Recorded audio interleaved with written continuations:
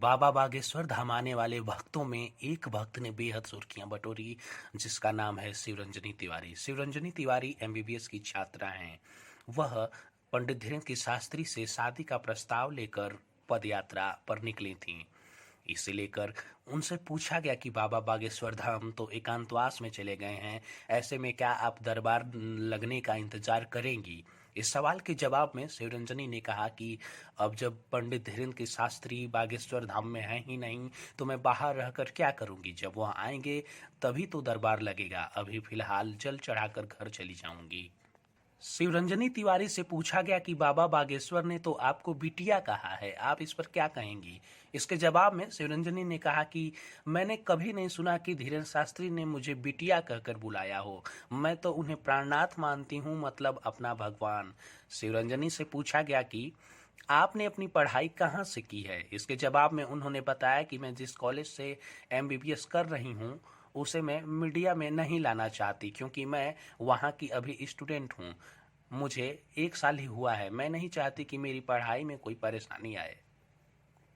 शिवरंजनी ने कहा कि मैंने 10वीं और 12वीं छत्तीसगढ़ के खैरागढ़ से की है। विवेकानंद पब्लिक स्कूल की छात्रा रही हूँ।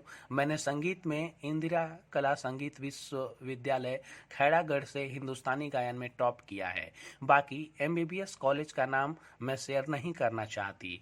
मैं पहले से बहुत ज़्यादा वायरल हो चुकी हूँ। अब एजुकेशन को लेकर कोई पब्लिसिटी मैं नहीं चाहती।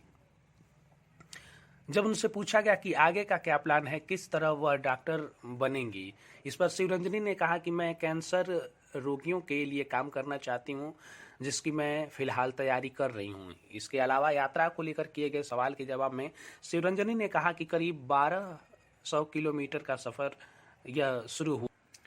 शिवरंजनी तिवारी से पूछा गया कि आपको कैसा महसूस हो रहा है, इतना लंबा सफ़र तय करने के बाद भी बाबा बागेश्वर से मुलाकात नहीं हो पाई। इस पर उन्होंने कहा, देखिए कि पहले नहीं सोचा था कि मेरी मुलाकात नहीं हो पाएगी।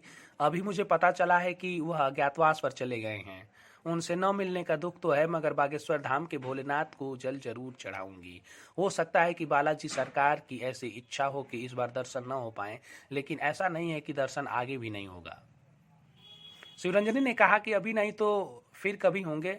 मैं लगातार बागेश्वर धाम में नहीं रहूंगी। जल अर्पित करने के बाद घर चली जाऊंगी, लेकिन दोबारा फिर बागेश्वर धाम आऊंगी। आपकी भक्ति को देखकर आपके परिजनों के मन में क्या ख्याल आता है। जब यह सवाल उनसे पूछा गया तो उन्होंने कहा कि मेरी पदयात्रा में मेरा परिवार मेरे साथ है और वे लोग संतुष्ट भी हैं। मेरे पिता और मेरे भाई मेरे साथ ही चल रहे हैं।